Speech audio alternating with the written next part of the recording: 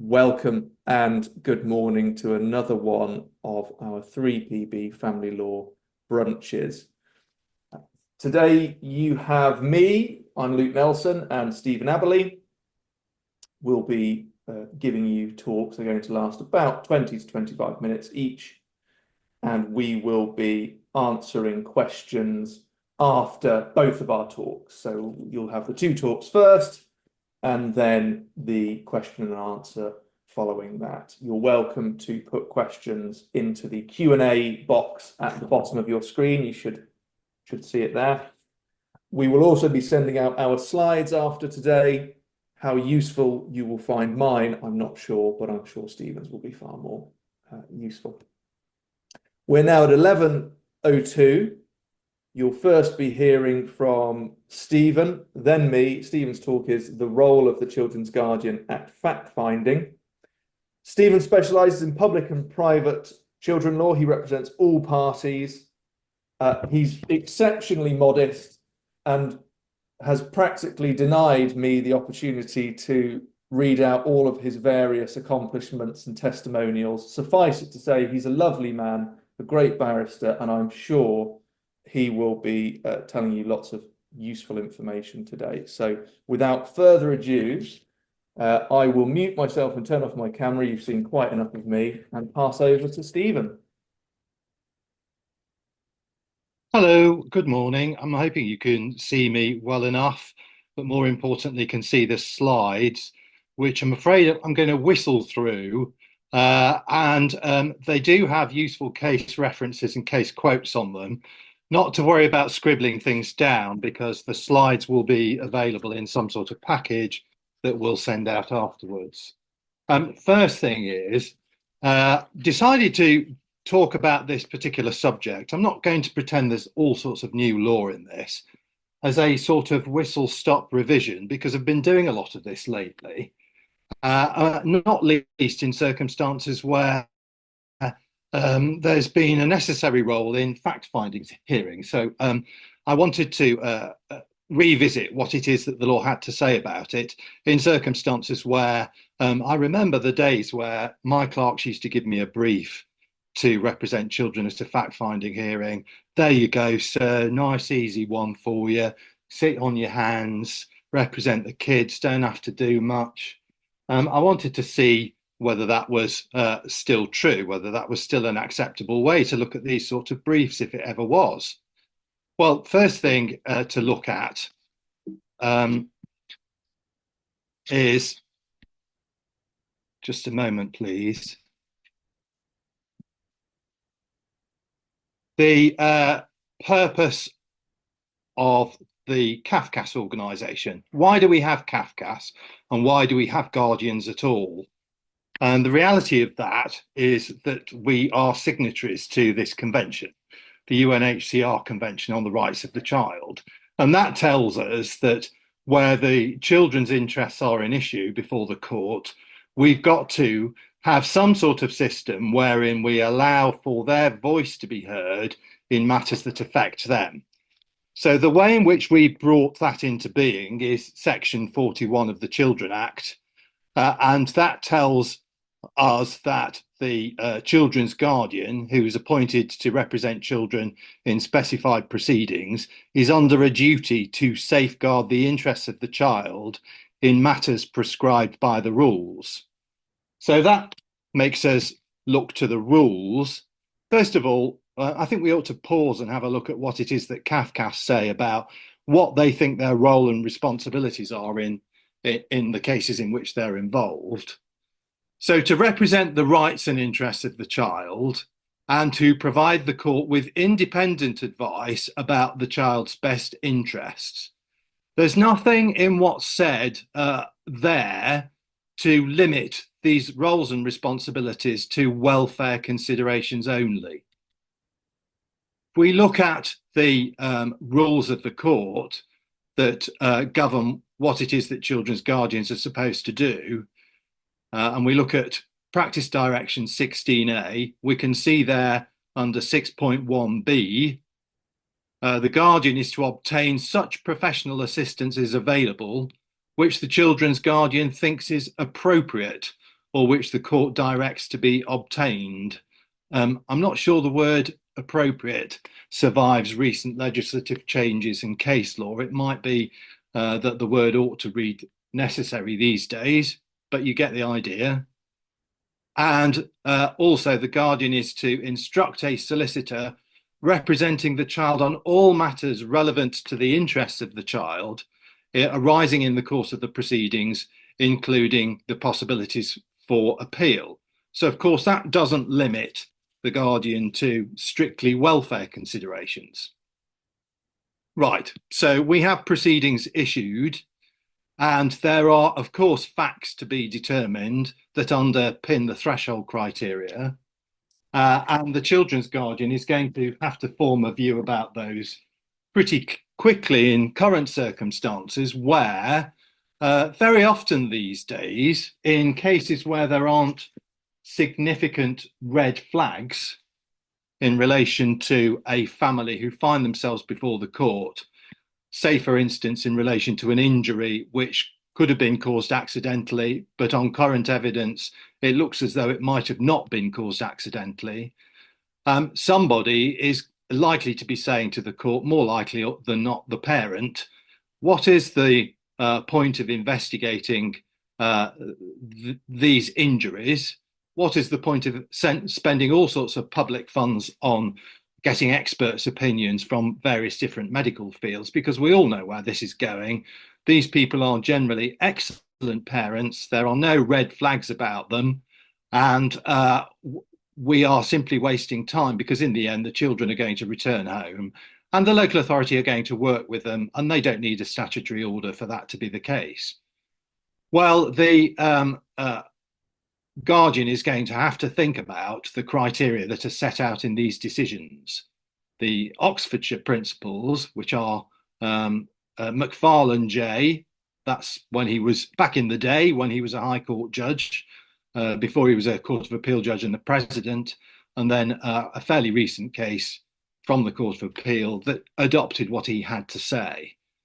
So the guardian is going to have to express a view to the court if the parents apply or the local authority applies as to whether it's appropriate to continue with the proceedings. Because put simply, if the court decides it's not worth having a factual investigation, then the proceedings are going to come to an end. So those are the factors that the court's going to have to bear in mind.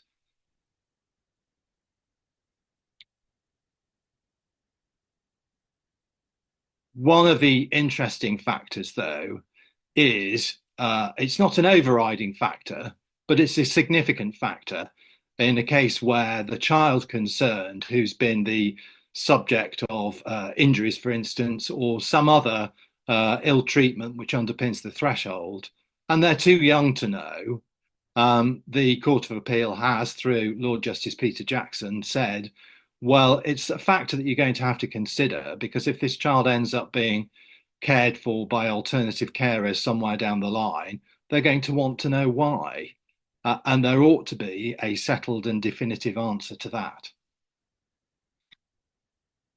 This case, last year, shameless Chambers self-promotion here, because it was an appeal brought by the local authority, represented by Mattis Crummins, and by the children's guardian, represented by me, against a decision to dismiss proceedings in Nottingham in respect of parents who were represented. Well, one of the parents was represented by Liz McGrath KC, who's our head of chambers, of course.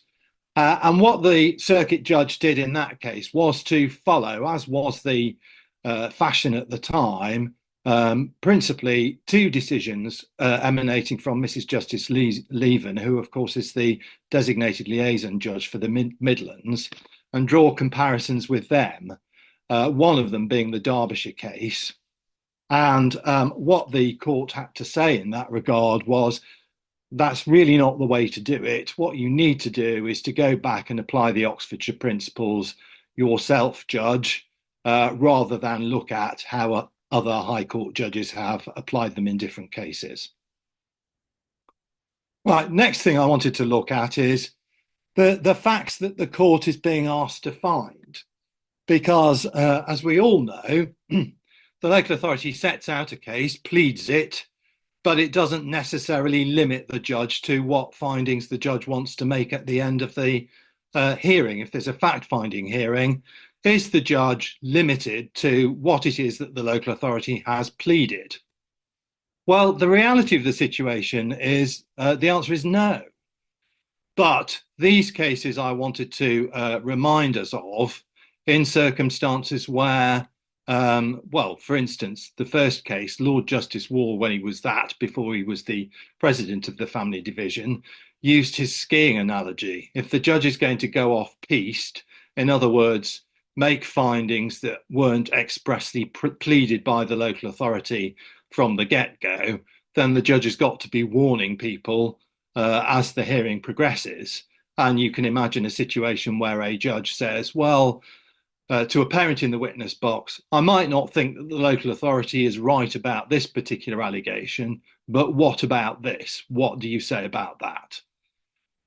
The reason why I raised that in this context, some other questions here, re W, re A, re L, some other decisions rather, that make the same point. It is open to judges to make findings that haven't been pleaded. It's also open, of course, to the children's guardian to say to the judge, well, Your Honour or my Lord may not find that the local authority has proved this particular aspect of the threshold, but it is open to the court to find this is proven. What do we do in those circumstances? Well, what I always try to do is at the end of the evidence, and before I get up and speak, representing children, being the last in the line, is to make sure that I say either orally or in writing to those representing the parents, I'm going to agree with the local authority about X, Y, and Z, but not about A, B, and C, and these are my reasons.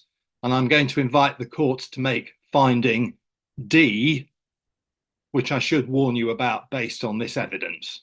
And that seems to me to be the fairest way in which to proceed.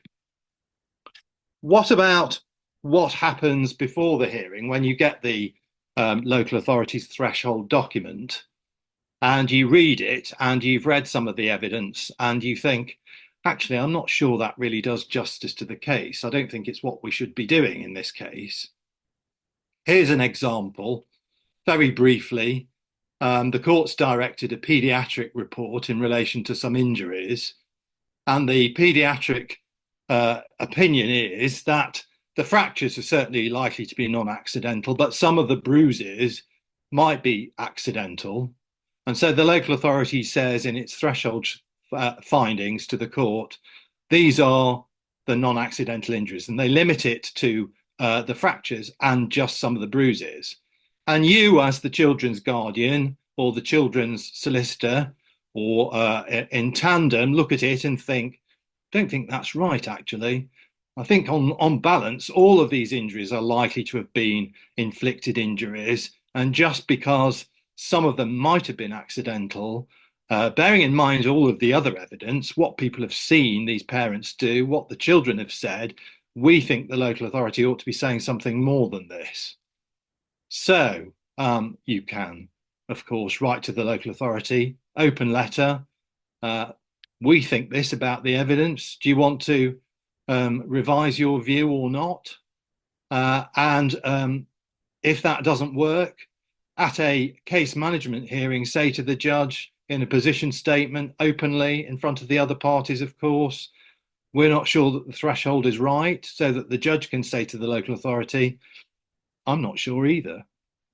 The judge may take the view, I'm not interfering with what the local authority want to plead, but at least you've raised it then in accordance with your responsibilities for the child. And you've said as much in writing in your position statement. Of course, if it comes to the hearing and there hasn't been a settled position in relation to the allegations to be put to the parents, and you are, as the guardian, are determined that something other than what's in the threshold needs to be established during the course of the hearing, then you reiterate it again at the beginning of that hearing, and even set out what you think it is that the evidence establishes. Whether the judge finds what you suggest or not, in the end, is a matter for her or him, but at least you've done what you're supposed to do.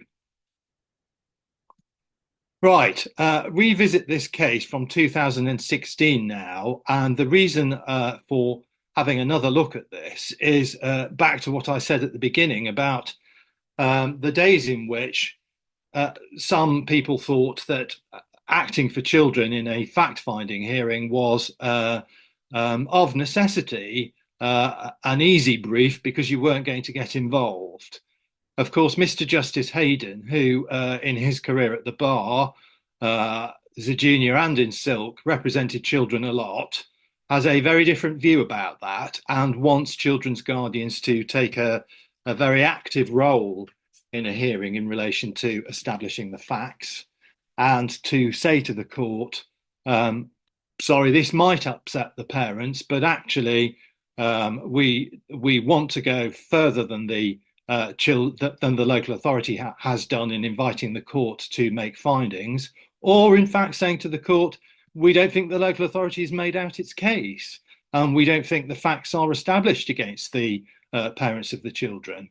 So some judges, and increasingly a lot of judges these days, are asking for those representing the children to be expressing a view, and at the end of the case, at the end of the hearing, to be providing a position statement or some closing submissions, which are a full appraisal of the evidence, an objective appraisal as it works from both sides, for the local authority and for the parents, and a proper expression of an objective view, which is hopefully what the guardian is going to provide you with.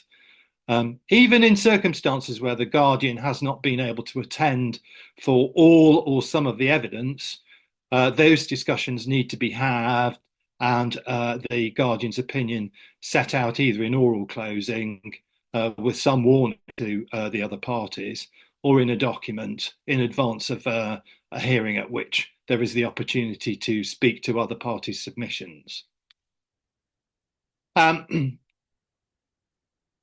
That is also a case, GW and PW, that makes the same point and says that it is necessary for the guardian to step up and on occasions to support the parents. If the parents are asking for instance, a second opinion in a case where there is a medical report that ostensibly goes against them, but the children's guardian thinks it's weak. That brings me to this case, which I think many people will have come across if they've ever investigated rickets in relation to fractures, and the work of Professor Jo Delahunty QC in this case, in which she established, after an awful lot of medical evidence, that in fact the local authority's allegations weren't proved. And what the judge said in this case, the Honourable Mrs. Justice Tice said was, well, I'm really sorry that in this case the local authority, that the children's guardian wasn't as involved in the fact-finding exercise as I would have liked, not least in the management of the medical evidence before we got to the hearing, and working out what it is that were the flaws in any expert opinions put before the court, and trying to seek to remedy those. So this is a case, again, members of Chambers last year involved in, before Mrs. Justice Leven, and this was where Miss McGrath and I represented a mother who was accused of doping, essentially, her daughter, who was already poorly anyway, significant health problems while she was in hospital. And in the course of the expert evidence gathering exercise, a report was got from a neurology specialist, whose name is there, and I'm not going to be coy about it because it's in the published report. And I have to say that when we received the report in the first instance, it was obviously flawed, but we were representing the mother, and the fact that it was flawed to some extent went to our advantage, because we would have been able to say to the judge, well, if your findings are contingent upon this evidence, you're not going to get very far, because this evidence is pretty hopeless. There was an argument to say that the children's team, on recognising the flaws in this report, once it received, might have gone back to the court and said, I'm sorry, but you were seeking a proper neurological opinion in relation to a child thought to have epilepsy, and what you've got here is not really up to the mark. Perhaps we ought to have another one. It didn't happen in this case, and that was probably because the children's team recognised, as turned out to be the case, that what was required actually came from other experts involved in the case, Part 25 experts, and to some degree from treating clinicians, whose opinions, of course, the court can rely on in contentious circumstances. And I think that case is called Re-W in 2017. So the message is, we are representing children responsible for more than just commissioning these reports. We've got to study them carefully when they come in. And if there's anything wrong with them, we've got to bring it to the attention of the court. Otherwise, we're not really honouring our duty.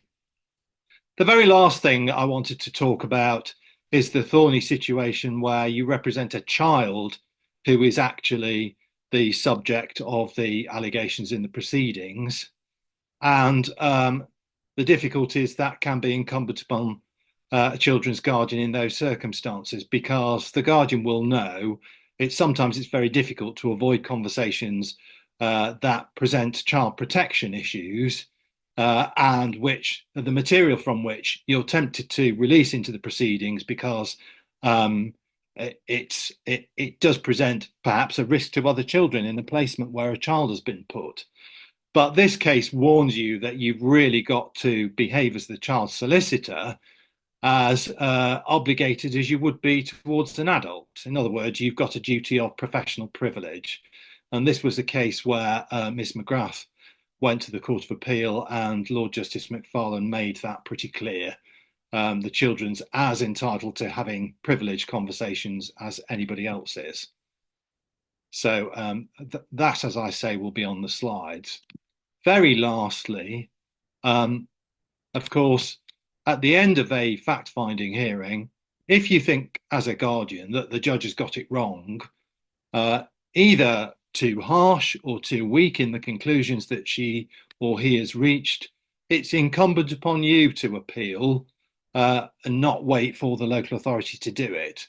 And if we go right back to what the rules provide in Practice Direction 16 from the beginning of my talk, that's made plain to you there. Okay, so that's my run through, and I hope it's proved useful. Now you're going to get my camera off, and you've got Luke back, who's going to talk to you about far more complicated and erudite matters involving facts and figures and chancery law. And Luke, you've probably spotted from his profile, was described in the directories last year as a rising star. What I can say this year, from what I've heard, is that his star is well and truly set high up in the sky above the western horizon. So I'm looking forward to listening to this. Thank you very much. Thank you, Stephen, and I'll make sure to wire you that 50 quid for the introduction I promised you. Okay, well, thanks a lot to Stephen as well for that really interesting talk on the appointment of guardians. I am now, unfortunately, going to be troubling you with Schedule 1 TOLATA and child maintenance. I wouldn't go so far as to say it's going to be particularly erudite, but I'll do my best. Effectively, I'll be providing today a quick reference guide through what can often be difficulties of these interconnecting issues, and I'll be using a case study to illustrate these points. Now, given the time limit imposed upon us so that you don't all fall asleep at your desks, it's going to be a very quick run through. So I'm not going through a great deal, but if any, really, case law, but it's really aimed to try and talk you through some of the main points. So today the talk's really split into 2 points. Capital provision. This is where usually TOLATA and Schedule 1 applications overlap, and income provision, where Schedule 1 and the jurisdiction of the Child Maintenance Service often overlap. We'll start with capital provision. And the key difference between Schedule 1 and TOLATA is one of ownership versus financial provision. So TOLATA claims address the underlying ownership of a property. And to do that, the court looks at the intentions of the parties at the time and any assurances that may have been passed between the two of them. TOLATA also allows the court to look at the issues such as equitable accounting and occupation rent. So that can often be when one party has to leave the property, they will claim 50% of the market rental, for example. And the other party will say, well, I've been paying the mortgage alone and you should pay me for that. There's also the lesser known jurisdiction or equitable remedy, I should say, of the equity of exoneration, which is effectively where one party charges a property for their own benefit. The rule, in short, says that they're the ones that should pay it back and not the other party. You end up having arguments on those matters as to whether or not the loan indirectly benefited that person in some way. The key thing to remember with TOLATA is that there is no such thing as a common law spouse. So it's straight issues of chancery law, property law. We do have Law Commission reports saying, well, we need to review this area of law, but we don't have that yet. And so that's what we're dealing with. Schedule 1, on the other hand, is simply financial provision for a child. And when you're talking about capital needs, that is often either settling a property for their benefit until a set time or providing a lump sum to revert back.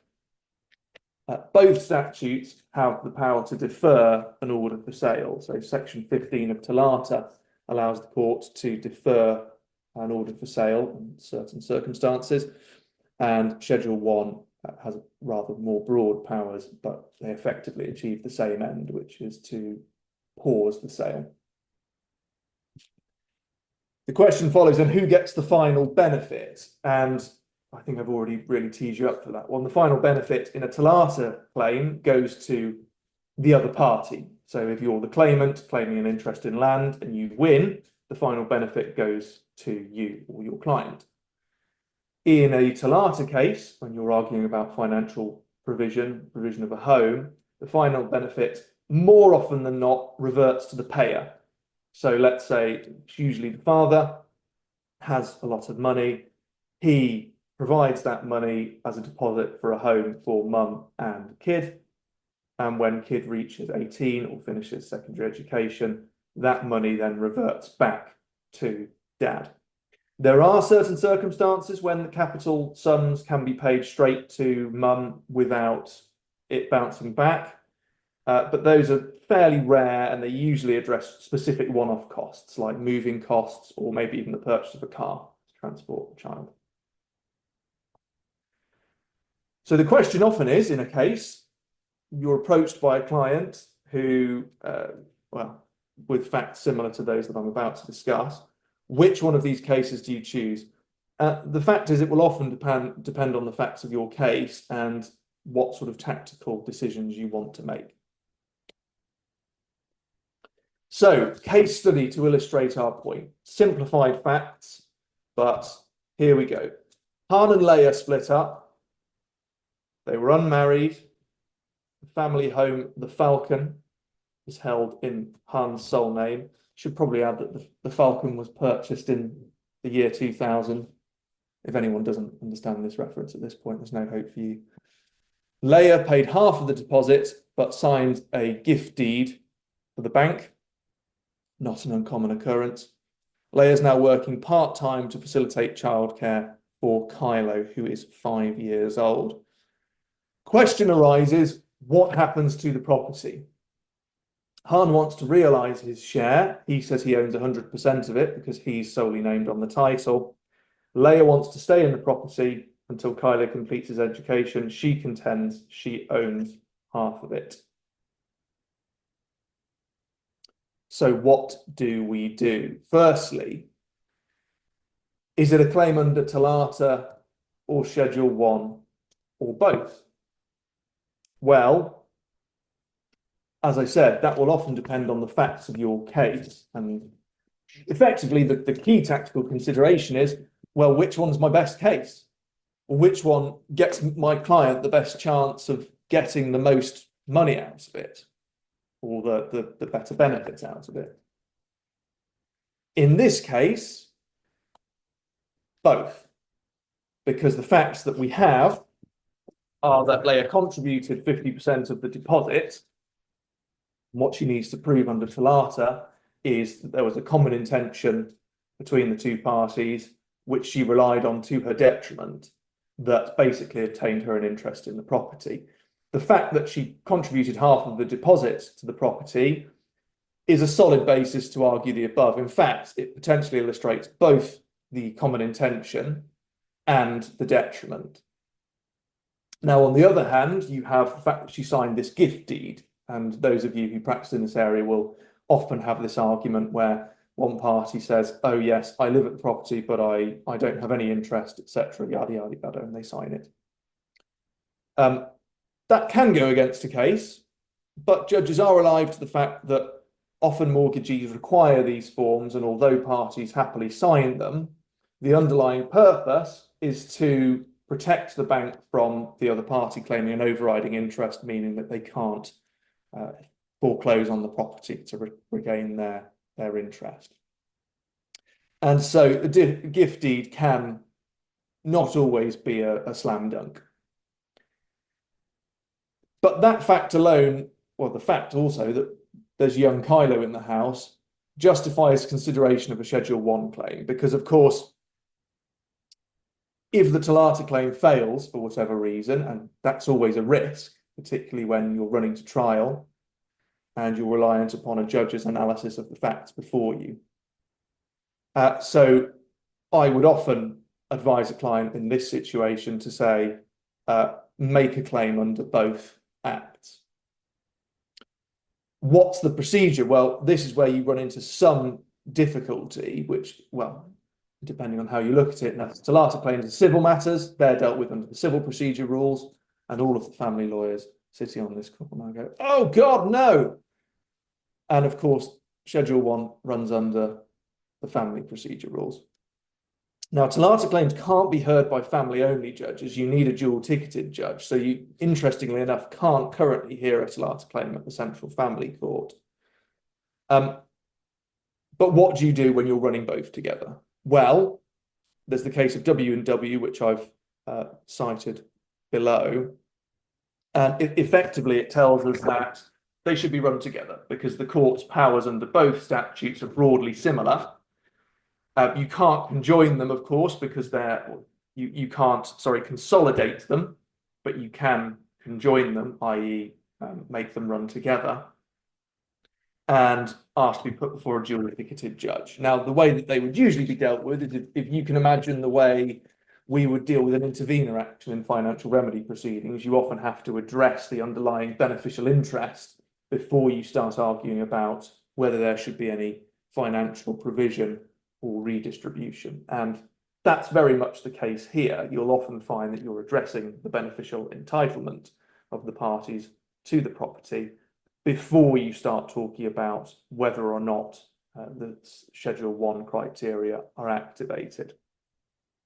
But it's obviously cost proportionate to do that. Now, speaking of costs, the other point to raise, it's a practical point really for those of you who are running these cases, keep two schedules of costs, one that relates specifically to TOLATA and one that relates specifically to Schedule 1, because of course, under the civil procedure rules, costs follow the event. So you're very likely, if you win or lose, to have your costs paid or pay the other party's costs, whereas Schedule 1, there's a bit more discretion available to the judges. And so it's helpful to run 2 cost spreadsheets so that you can keep on top of it.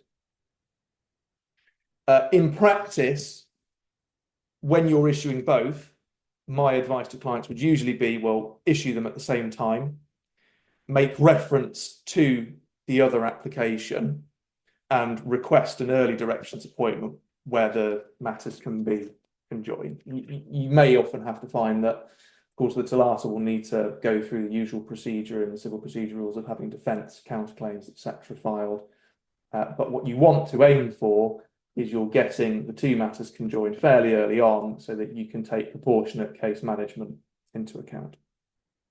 Of course, the point to mention is on the CPR, be aware of the much, much tighter procedural requirements. I have had at least one horror story in a case that I advised on, whereby those instructing me didn't file a reply to a defence and counterclaim in time. A judge later found that because of that, they couldn't defend the counterclaim because the counterclaim proposed different facts to the claim itself. The whole claim was defeated. Now, I felt that was a bit overdone by the judge, but the fact is you can really, really lose out if you're not paying attention to time limit.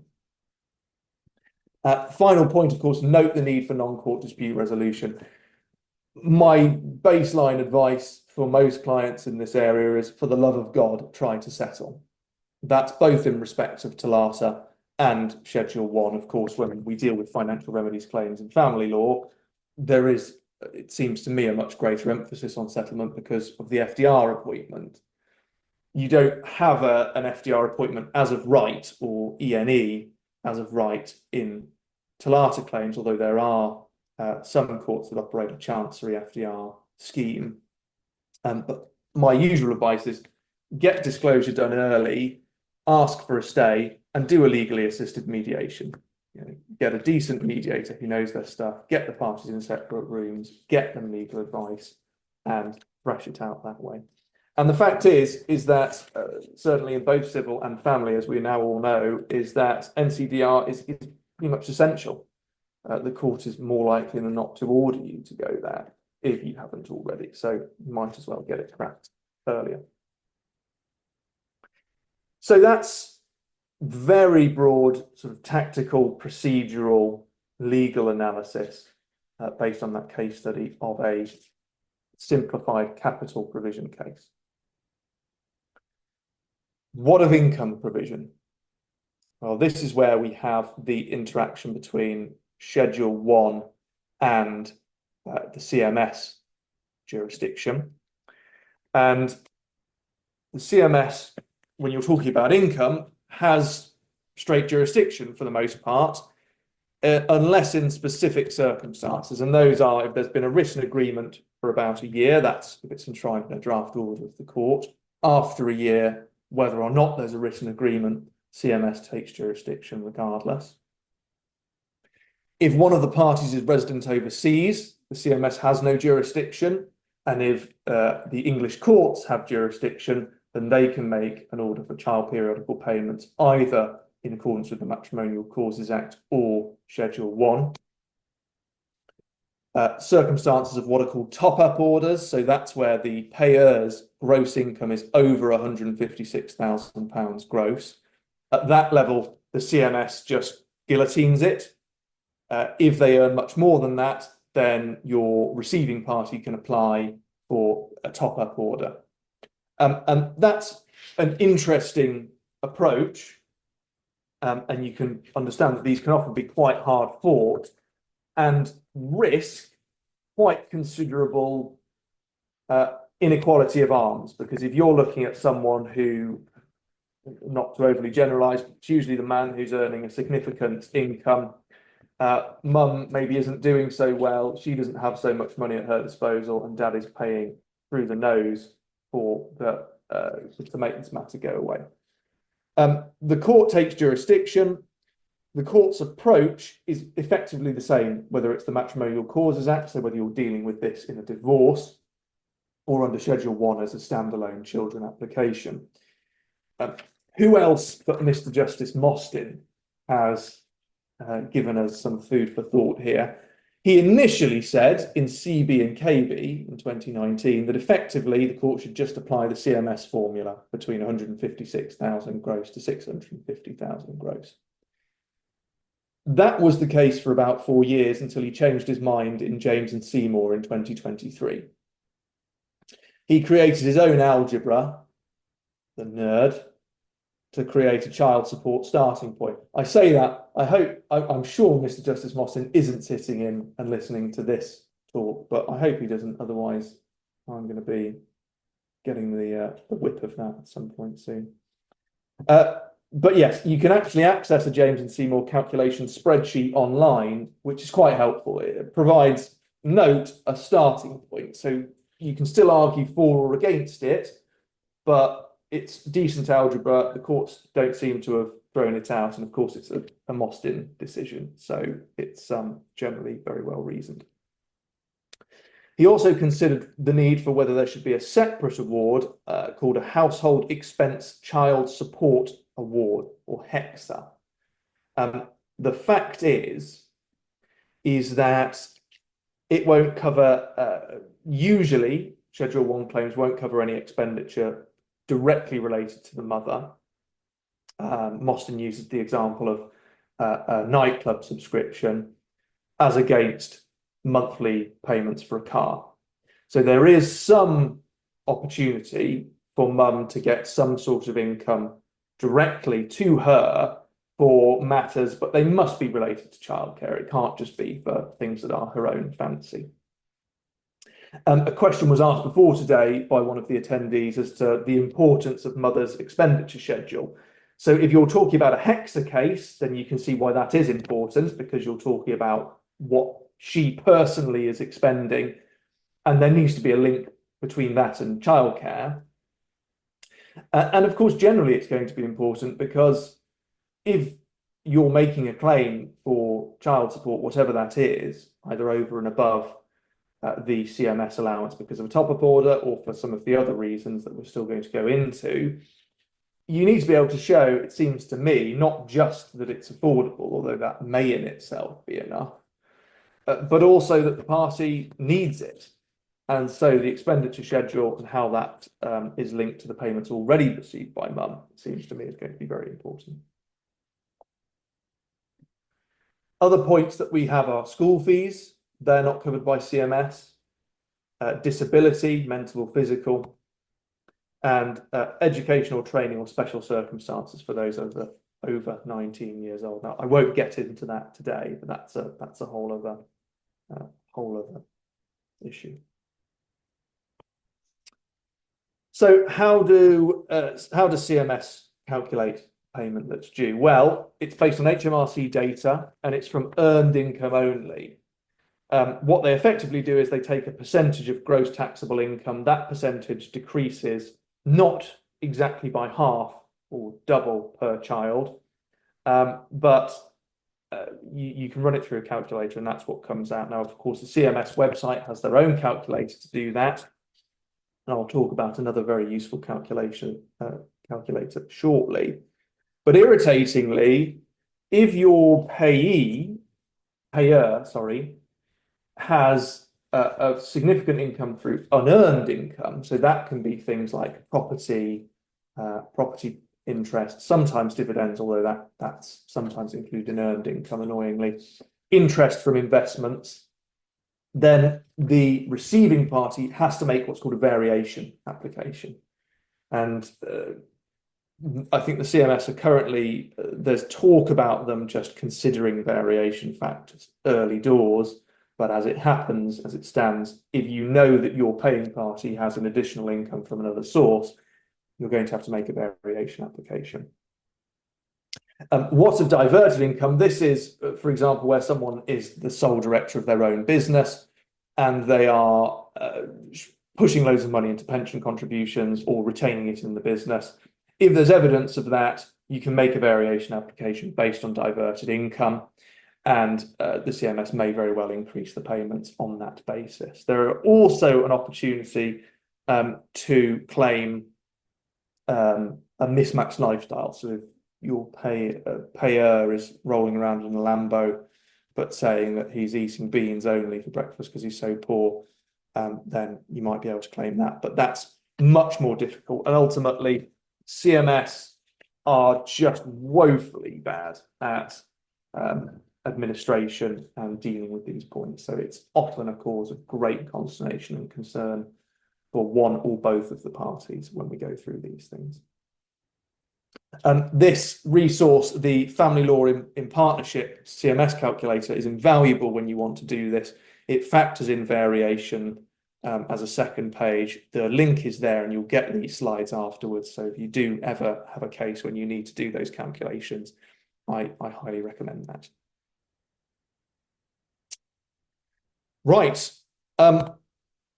What happens with appeals? Well, if the CMS does a calculation that you don't agree with, it's a bit of a misnomer, but they say it's an appeal, or otherwise known as a mandatory reconsideration request. If they deny that appeal, you've got to appeal to the first tier tribunal, social entitlement chamber. Timetables are really tight. It's got to be a month within the rejection of the mandatory reconsideration. Otherwise, you need to prove exceptional circumstances, but the first tier tribunal has shown they are quite slow to do that. Right, back to our case study. So Han earns a small salary from his limited company, draws a large income from a property portfolio on Tatooine. Kylo is going to go to Skywalker's Jedi Academy, school fee is 20,000 per annum. Han has a large Imperial investment portfolio. So what are the issues on these facts? Well, CMS standard assessment is likely to be minimal based on earned income. You're going to have to query making a variation application through the CMS to take into account the unearned income from the properties and potentially interest from the investment portfolio. And of course, we're looking at activation of the school fees exception because we're talking about Kylo potentially going to private school, Jedi Academy in this case. What do you do? Well, it's both again, based on those facts. And unfortunately, it's not quite the same or as straightforward as a capital case when you can run them both concurrently, because you're going to have to go to make your variation application, potentially appeal it to the first tier tribunal for your CMS assessment.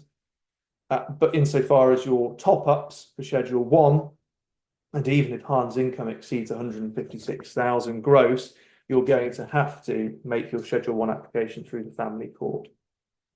So a lot of plates to spin. What of NCDR? Do it. If you can settle these cases, settle them. So there we have it. A lot of talking about income and capital provision. What are the key takeaways from this talk? Deft client management, number one. You've got to be on top of your clients. You need, if you're for the paying party, get to the bottom of their financial circumstances. If they've got accountant, speak to them, start a dialogue with them. If they have a complex business structure, make sure that you take your time to have plenty of meetings with them so you understand it and you have evidence in support of it. And make sure that you manage their expectations, because as we know, these are difficult cases. Which leads on to point number 2, focused case management. I always say to clients when I deal with these matters, we have to take it step by step, because it requires a very close eye from your legal representatives to get these sorts of things sorted. You've got to be on it, particularly if you're running a CPR TOLATA claim. Plate spinning. If one phrase sticks out to you from this talk, it must be plate spinning. There is so much going on. There's a lot to manage, and it requires a lot of focused attention. settle, obviously. And finally, instruct counsel. That's what we're here for. This has all been a ploy for you to instruct me if you need help in this regard. I've made it sound loads more complicated just so I can selfishly send work to myself and my colleagues in chambers. And that is that. Thank you very much for sitting through this talk. I now will hand back over to Stephen, and we will address some of the questions that have been raised both throughout this talk and earlier. Hello again. I've been looking at the Q&A box, and probably a bit as I expected, really. I am not awash with questions, but I'm not going to expect Luke to dive into answering the questions that are on the screen, which are growing in number as I talk. I'm going to give him a chance to have a look at them. And whilst he does that, I'm going to tell you about a case that I could have mentioned during the talk, which is about to appear in this month's Family Law for anybody who takes that, because members of Chambers, me included, do case summaries on recent developments in the law, in the public law children field. And the case I wanted to tell you about, if you wanted to make a note of it and have a look at it, is called A Local Authority against MXY and ABCD. So, and the citation is 2025 EWHC 810. And it's a decision of our liaison judge, Mrs. Justice Leven. And I have to confess, it was a case in which I was at the final hearing instructed to represent the local authority. And the final hearing didn't proceed for reasons you'd read about if you read the judgment. Essentially, the mother had a sad loss partway through a pregnancy. The district judge who was going to hear the case decided that it was going to proceed. There was an appeal against that partway through the final hearing, and then the final hearing went off and it was referred to Mrs. Justice Leven. And she decided at the end of it that she was going to publish a judgment to essentially say she was very disappointed about the way in which the case had been case managed. So if you have a look at that, I have to say, having smarted at reading the judgment first time around, but then realising there were plenty more lawyers and judges that were involved in the case before it came on for final hearing, so feeling a bit less culpable. I thought, well, what should have been done? Well, what Mrs. Justice Leven says in the case is the children's guardian and their solicitor should have put the case back in front of the court on the issue of the unresolved threshold before the matter came on for final hearing. That would have been the most proportionate way to deal with it. And I have to say, she was probably right. Respectfully, who am I to say, but she was probably right, because there were some videos produced in the proceedings made by the father of the most horrendous domestic abuse scenarios playing out in the home, with furniture being upended and pots being thrown, all in the sight and hearing of the children. The father thought they assisted his case. I mean, plainly they did the contrary. So it could have been open to the guardian to say to the judge, I suppose, at a case management hearing, just watch these videos and then have a word with those representing the parents, and let's have a reality check here. So you might want to have a look at that. I'm hoping that's provided Luke with sufficient time to be able to have a look at a couple of questions which have appeared in the question and answer box during the course of his talk. Okay, can I hand back to you, Luke? Is that okay now? Yeah, of course, of course. Thank you. I'll do my best. There's no way I'm going to address all of these questions in this forum, but not to worry, because what happens is we will be sent a list of your questions, and I will do my best to email you back, if nothing else, a shortish response. But I will start with some questions that were asked prior to today starting. One of them was the partner separated 3 years ago. Party's daughter lived with mum in family home, held as tenants in common by the parties. Father hasn't contributed towards mortgage since separation, not paid child maintenance either. Can mum make a Schedule 1 claim? Well, it really does depend.